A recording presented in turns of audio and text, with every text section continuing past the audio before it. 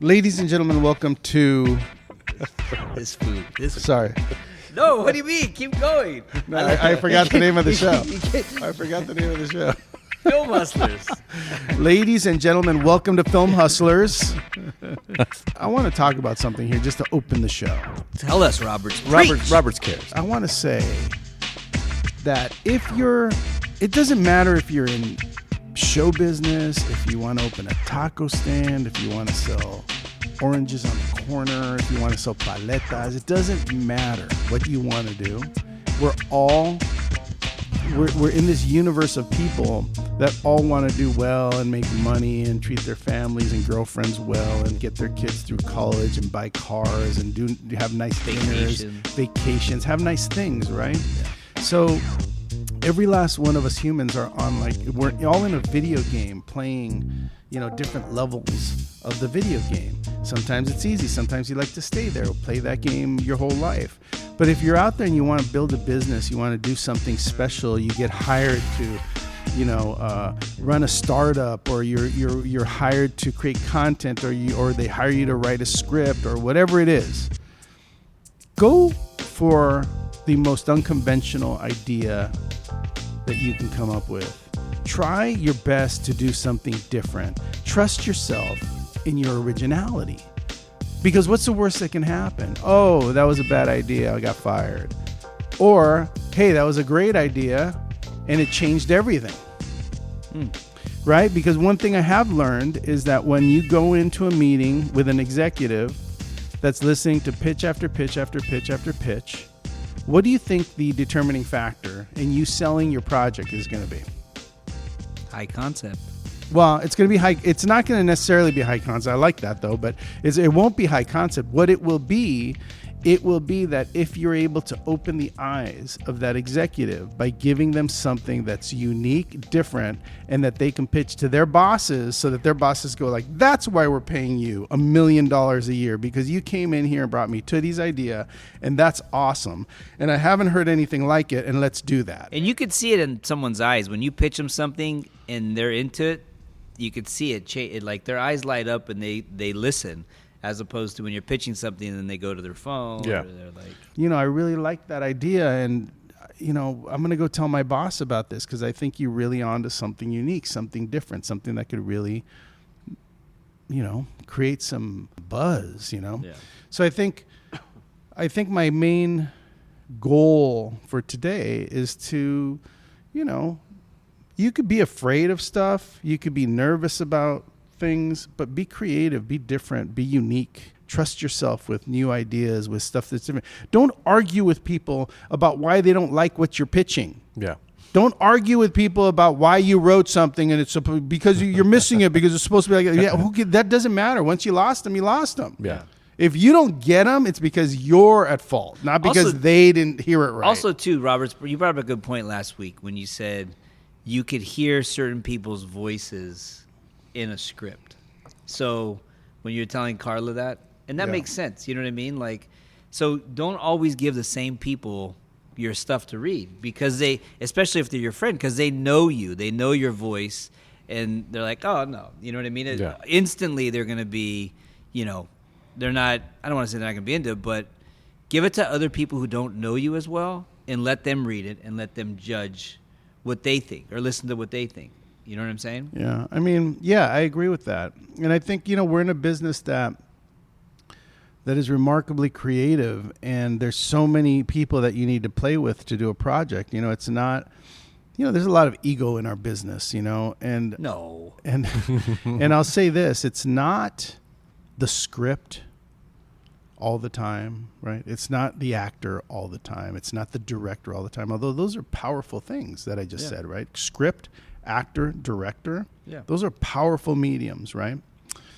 But without the collaboration of all that, sometimes you write words and then an actor takes those words, and because they're great writers, they turn those words into a piece that becomes way more than what you wrote on the page. Yeah. And then a director sees that and adjusts that and potentially brings it to the next level after that. So there's a collaboration that has to do way more than what the writer is doing or what the actor is doing or what the Well, the director is script's doing. just the blueprint, really. Together, Yeah. it's a masterpiece. Yeah. You know, But together it's a masterpiece. I think the script, the script has to be good, the concept has to be good, but it's also a blueprint, like you said, because the actor is going to take those lines and he's going to say, okay, I get where we're going with this, but I feel like it would be like, I feel it should be like this. And then the director says, I agree. And the writer says, let's do it. You know, it's a collaborative or they effort. just do it, you know, and then they get adjusted a little bit. Yeah, totally. I mean, it can happen in many different ways. I was listening to the book that guy wrote about The Godfather. Leave the gun, take the cannoli. Leave the gun, take the cannoli. Anyway, this guy wrote this book, and basically he read and interviewed everybody who wrote books about it. He read and interviewed Al Ruddy, interviewed Robert Evans, Francis Ford Coppola. He basically interviewed everybody who wrote a book about that movie, which apparently there's been a lot. He interviewed them all, read their books, and took the pieces that were the most true of each one of them, and he made a whole book. I'm listening to it on tape when I walk with my wife. Audiobook? Yeah, audiobook. Audio tape? I'm sorry. I wrote down with a pencil and paper. I'm reading it. You're listening to it on tape, bro? Yeah, no, I'm Is listening. it 8-track? That's amazing. Dude, did they have 8-track books? I'm curious No. now. I'm curious. Hey, I had an 8-track. That's how old I am. I know you did. But anyway, we're listening to it, and there's this one part of it. I'm towards the end now, where Francis Ford Coppola really wants to do this scene at the end of the movie. And, you know, by this time, Mario Puzo's sort of checked out. He's writing Superman now. He's like moved on, right? Yeah. Right. And he feels like he's not really being helpful anymore. So he's sort of moved on, and they're like, "Oh, I really want to have this scene in here." And Puzo's like, "You know, that scene's not in my book, Yeah. so I don't see how that's gonna, you know, work." So Francis Ford Coppola calls someone he knows to come do the writing of this scene, and he calls Robert Towne. Now, Robert Towne is nobody. He's written nothing. But, you know, as we know, he went on to write Chinatown and a bunch of other amazing movies. One of the premier writers of our generation, or any generation. So he goes and he writes this scene for Brando. And Brando's like, "Who are you?" He's like, "Read it." So Towne's like, "Oh shit, I'm not an actor," so he decides to kind of read it. Just read. Yeah. That, you know, no acting. And Kind of how I read when I'm reading lines. and, of books. and Brando's like, "Read it again," and he reads it again, and he goes, "That's pretty good." He goes, and that's when he says, "Who are you?" He's like, "I'm nobody. You know, I just got called in to write this scene." He goes, "Well, I'm glad you're here." And then this scene apparently went on to be like this iconic scene in the movie. What scene? If you want to know which one, read the book. Oh, What my a God. dick. Though. Fucked up. You can't let it leave us like that. But it was interesting because to hear Robert Towne's name when he was nobody, Yeah. to like who he actually became in the business is Do you kind of think Robert Towne was always Robert Towne? Yeah, I know for a fact he was. So that's another thing. If you're listening, get your pencil and paper out. No, if you're listening, you are everything that you imagine you could be. You're already that. There's no, it's going to happen when. I promise you that if you're a great filmmaker, it's already there. If you're a great writer, it's already there. You don't have to do anything. You're not going to become anybody. No one's going to touch you, and none of that. Yeah. Why? Because Spielberg was Spielberg when he was 12, and he's Spielberg now. And there's no difference except for now he's older. Yeah. Yeah. Robert Towne, when he went to write that scene in The Godfather, which, by the way, Francis Ford Coppola said to him, "I'm going to put your name on the credits." He said, "No, it's one fucking scene. You don't want to do that. Don't put my name on the credits." He goes, "Thank me when you win an Oscar." He won the Oscar, and he thanked Robert Towne. Did he really? He did, Oh, that's yeah. cool. But Robert Towne was Robert Towne. Maybe he wasn't as confident. You don't have to have all the elements. I'm not saying that you wake up and you're like, "Hey, I'm badass director," but I am saying trust your instincts. Like, if you're going to go down in a film swinging because you directed and you wrote it or you're acting it, whatever you're doing, go down swinging. At least trust yourself. So what I'm getting out of this is don't play it safe. Roberts is on a sick one today. That took 20 He's minutes on for like me to a explain. fucking sick one. I didn't even interrupt him because he's just so. he's got a bottle of tequila in front of him with the Diet Coke. Hey, he is spitting facts, though. He's spitting facts. I'm just saying. My takeaway, don't play it safe. Don't Be play it unique. safe. Do something different. Trust your instinct. Trust your instinct. What is it all about if you're not out there Here we doing go. something unique and Philosophical. different? What's it all about if that's not what it's about? I have to cut all this out. All right, so before we get into our story and our script and what we're doing with our film, I wanted to talk about extrememusic.com. Now, I know I always mention Extreme Music and our friends over there in Russ Emanuel and the amazing work that they do with composing and with giving you options on their site. I don't know if a lot of people really go and check it out. So I want to give you an example of what I find on the site. The first example is a song that's an instrumental song. Gives you an idea of, just a good piece of music. Then if I want to end it, if I want to end a scene with this song, they have a little stinger. And here's that.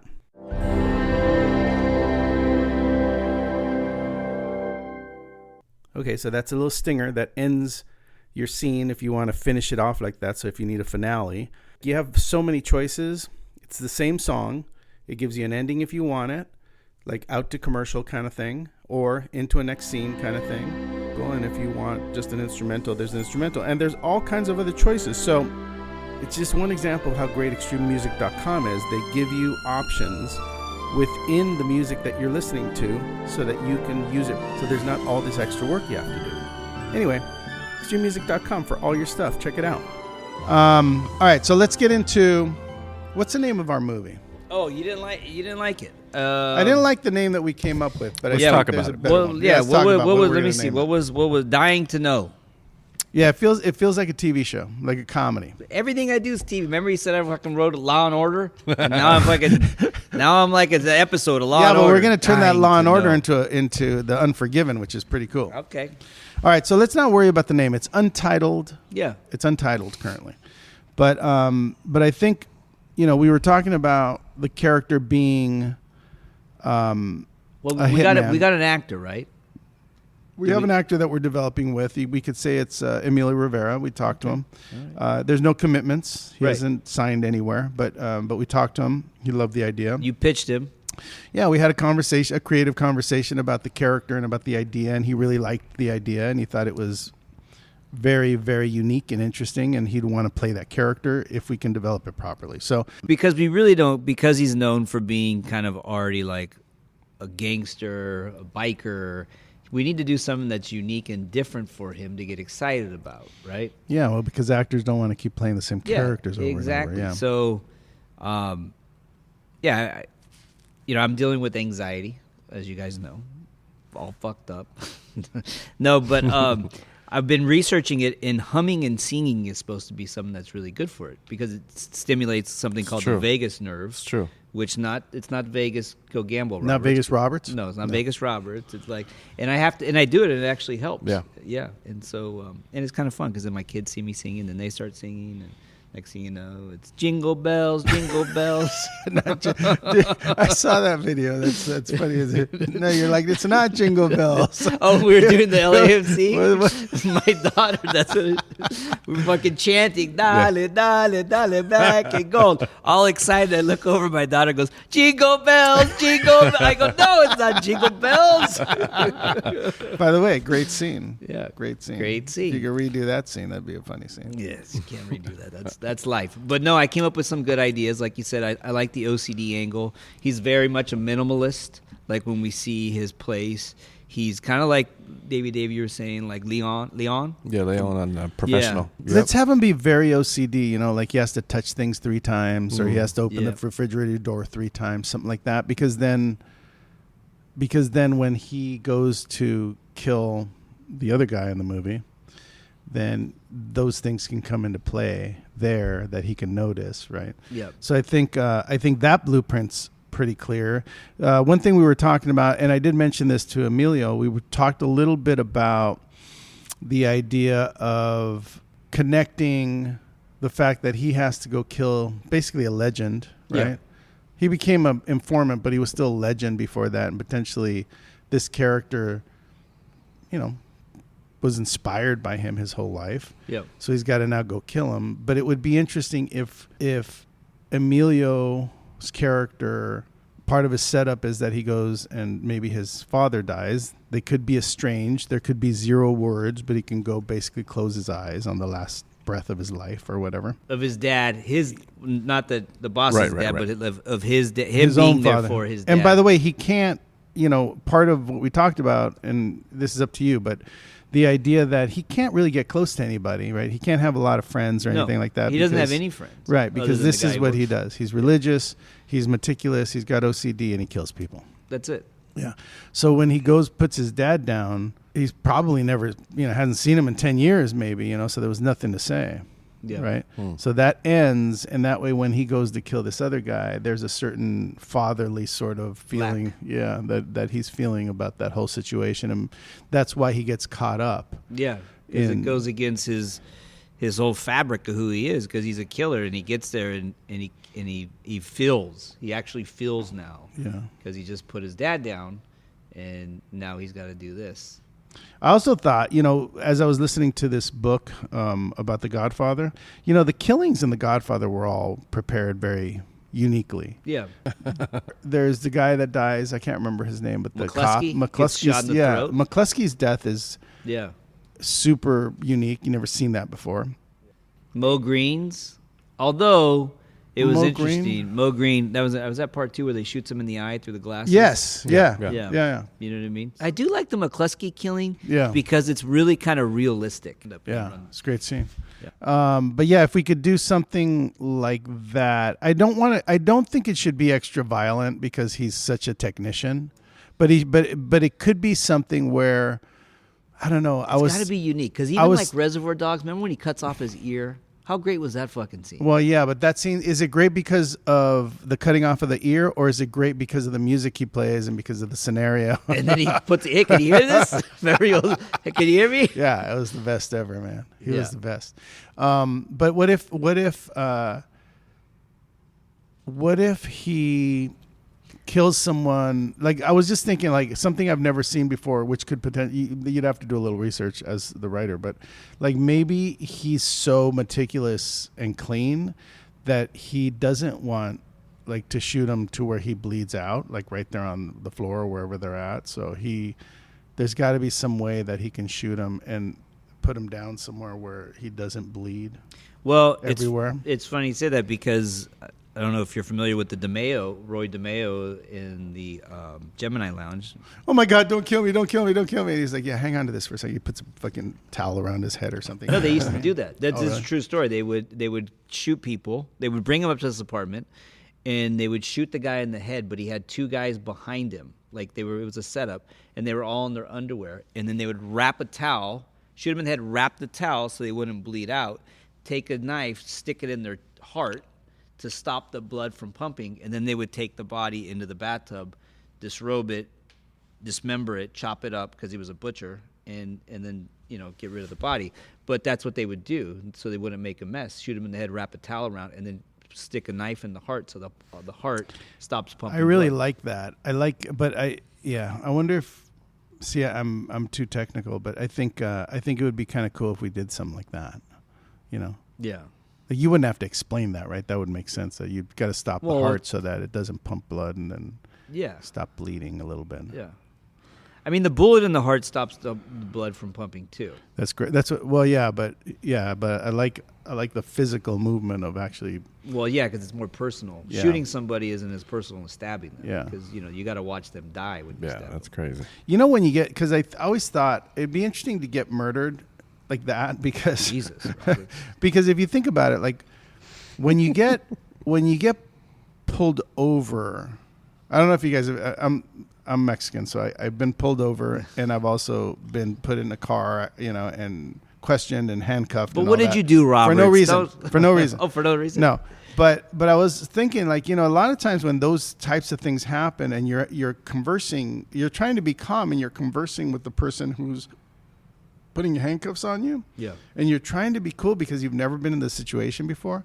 I think it would be interesting to have our main character go to kill somebody, and that person just happens to be kind of chatty, Yeah. right? And not really clear that he's going to get killed, right? So that he's having like this weird conversation with the guy who's going to kill him, and the guy who's going to kill him is just trying to figure out how to not Make a mess. make a mess. Yeah. But the Or other he guy's realizes like going, that he's- what are you doing? Like, what do you want from me? Like, you know, Yeah. or whatever that conversation is going to be. Or the Mark has OCD too, and he recognizes it, so they're kind of both OCD. Do you need do you need or whatever pills? So they're they're taking. trying to What- figure what out do where you- to go. Yeah. No, this is way too dirty. Yeah. Can we go to your bathtub? Can you go to your bathtub? Yeah. Do you have a Why? bathroom? Is it clean? Is it- Yeah, it's totally clean. I'm fucking OCD. Do you have a Okay. drain Yeah, in the bathtub? Yeah, there's a How drain. big's your drain? Right. Yeah, exactly. Is it a tub? Or Do you is it have a another? walk-in Do you have shower? another shower here? Yeah, I've got another bathroom. It's in the back. Is it bigger? Yeah, it's bigger. There's a big tub there. Okay, go. Let's go there. So yeah, I mean, I think there could be like not long, very short, Yeah. right? But still get clear that guy is helping out in his own murder, but because he just, you know, I don't think people that get killed, honestly, don't always know how to be, right? I mean, I think that's partially what could be really a great piece of writing for you, is that character may not know. There's Exactly. you know what? There's some truth to that, because if you ever look at like footage of like the Holocaust and stuff like that, where people are just lining up and getting gunned down, and you think like, Or taken to the ovens, like they didn't, like, where are we going? Like, I don't know. Yeah. Like, if you follow me but here, it's it's almost like they horrible. like we think about it, and Horrible. we're like, oh, we would have fought, we would have, you know what I mean? But No, I you would have. never I would have know. gone. I would have gone. I would have went in the line and be like, "Oh, come with me. It's okay. We're gonna be okay. It's gonna be okay."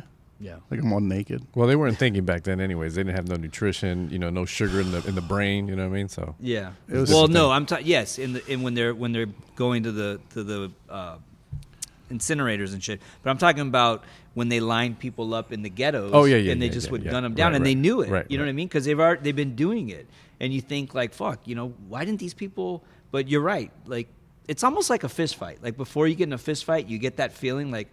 You go, oh, fuck, am I going to fight? Okay, I guess I'm going to fight. Yeah. And it's almost like you either go Did he just punch me in the face? I think he you just either go fucking black, Yeah. you know what I mean, and go fucking ape shit, or you're like, okay, what am I gonna Yeah. do? You know what I mean? Like, okay, am I gonna punch him? I'm gonna punch him. So I think the blueprint. Let's agree to at least the first third here. Is that he goes to see his dad, Yeah, potentially estranged. No dialogue there though, right? You know what happens. You Right. could see it all happen. right. He could still be a little bit OCD there about making sure everything's in order. He leaves. Maybe he kisses him. Maybe he doesn't. That could be a decision by the actor. On his way to wherever he's going, hits a mark. That mark is confused, doesn't understand. Maybe he has to do a little acting, different voice, different scenario, different person. Lures him in, and then he becomes himself again. Yeah. Hey, carnal. Yeah. Right? The whole thing. And then the next is he gets his instructions to Go to the boss. take care of that guy, Yeah, and that's the first piece. That's Yeah. the first third. yeah, Yeah. When he goes to kill somebody, we have to decide what's the best scenario for that. Would it be maybe he's I don't know, delivering something feels cliche. Like, what could he be doing that's different than delivering flowers, or like we've seen that so many times, like mail carrier. What if he just knocks on the guy's door and the guy lets him in, and the guy is kind of like, he kind of knows, but he kind of doesn't know, or he just doesn't want to face it. it could be like when the two guys came up in Pulp Fiction to the apartment. They knew they were coming, Yeah, and they opened the door. yeah, They sat down. They had conversations. yeah. He ate his burger. Yeah, they chopped it Where's up. this burger from? You know what I mean? Because I think like the delivery, right? It's cliche. He's a gardener, cliche. He stalks him. I mean, these are all ways people get killed, by the way. But I'm saying, like, to make ours different and unique, he fucking knocks on the door and he's in the suit that he just buried his dad in. I don't even think the guy has to. I don't even think the zip tie, because it's inevitable. He knows it's going to happen. Yeah, but right? he's got to control his hands. Like, he can't like just randomly just let him free. Like, he has to be able to know that his hands aren't going to go anywhere, I think. But I mean, it's a good visual. that's the ultimate issue in any action movie, right? Is that you don't tie his hands, you turn around, the guy hits you with a fucking hammer. It's a great visual. Like it puts stress on the scene. Or he Think tells about him. He tells him like, He goes in the house. He doesn't do that. He comes in, he lets him in, and they sit down. And Yeah, but then you're killing all this screen time with action that doesn't make any difference to you. Like the audience knows what's about to happen, so you don't want to have them go in, sit down, and then do a scene where they're sitting. You want to keep the continuous action of a murder, of a killer. the Mark knows this is his only option. Right. Because if he fucking kills Emilio, pulls a gun, shoots Emilio, it doesn't matter. There's going to be another one coming. It's not going to stop until he's dead. Okay. And the other ones might then take out the entire family. Okay, so hang on a second. All right, so what about this? He comes in, no sitting down. No sitting down. Sees Yeah. sees the family, Sees the picture on the wall. takes him to the bathroom. Yep. The guy understands he's going to die. Yeah. So he says, I don't want my kids to find me shot. So why don't we do a thing where I hung myself? So Emilio takes a belt, right? Puts his neck in it, and then puts all of his weight on him to crack it, to basically break his neck. Yeah. So he accommodates the idea because it actually appeals to him You know because what? it's not I as like messy. this. Right. I like this because you know what? We could even make it. When Because Emilio knocks on the How door. many people have died like that? By the Well, way? yeah. So when Emilio knocks on the door, he just leaves his dad's funeral. He knocks on this guy's door. This guy's like it's a nice place. The guy's like, you know what I mean? He knocks on the door and you think, oh, he's just coming to maybe pay respects or whatever. So he sees him and he goes, he knows, he goes, hey man, hey, come on in. And they're in the hallway, sees the pictures. He goes, you got a bathroom? And he goes, yeah. He goes, you got a tub? And he goes, yeah. And they're walking. He goes, but, I don't want my kids to find me like that. I like that. He goes, okay. He goes, can we make it like I hung myself? And he says, sure. He goes, can I leave a note? And he said, yeah. So the dude sits down and he starts writing the note.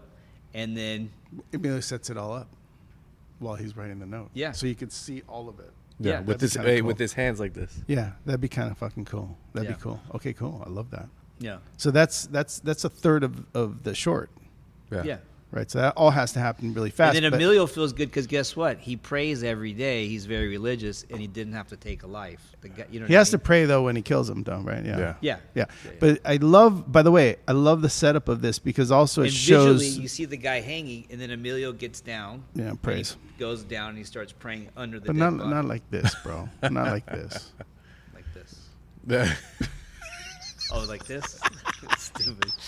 But yeah, just so you get a visual, Tootie was like First Communion praying, like with a little rosary hanging off his thumbs. That's not how you pray. How do you That's pray? really cool. That's the porcelain doll one. I like what we've done with the first third of this movie because also it shows that the killer is maneuverable, right? So he's workable, made sense to him. He's sensitive a little bit. There's a little bit of sensitivity there, which There's a lot of which sensitivity. means that his next mark is going to be able to manipulate him a little bit. Yeah. And lots has happened. So I like where this is going, and I think it's made a really beautiful, like a very watchable yeah. 3 minutes, 4 minutes of the movie. Like right now you're looking and you're really into it. Like right now you've really created, we have really created great momentum to a movie that's going to be very good because we're not even into, right, the serious Yeah. stuff yet. All right, cheers. Davey, you liking that? I love it. Yeah. All right, so we talked a little bit about inspiring yourself to do something great with your life by taking some chances and trusting yourself. And we developed the first third of our movie. Yeah. We'll continue next week. I think next week we're going to have a guest. I want to get Ben Odell on. That's going to be intense because he's with, he runs Eugenio Derbez's company. Oh, yeah. He's super talented. I don't know if I can get him next week. We're going to try. Yeah. We should probably, could we get Emilio? Rivera? Yeah. Well, yeah, but he's out of town until October. Oh. But let's get him on and let's pitch him our full idea. Go ahead and go blueprint what we talked about. Yeah, yeah. You want me to Maybe- blueprint or write? Write it. Okay. I mean, as much as you can. I mean, a lot of that's not going to have much dialogue, so Yeah. I think we'll be good. So, all right, cool. So I'm happy we got together and talked about it, and Well, we do that every week. Yeah, that's right. This podcast called Film Hustlers. I'm not sure if you're. Thank you all for listening. Thank you all for listening. I think we did a nice job. We did a hell of a guys. job, Great, Robert. So great. you know what? You did a great job today, buddy. Thanks, guys. You hang in there. Stay inspired, bro. Stay inspired. Stay inspired. We'll see you next week. On a sick Watch one. the show. I did not watch the show. No.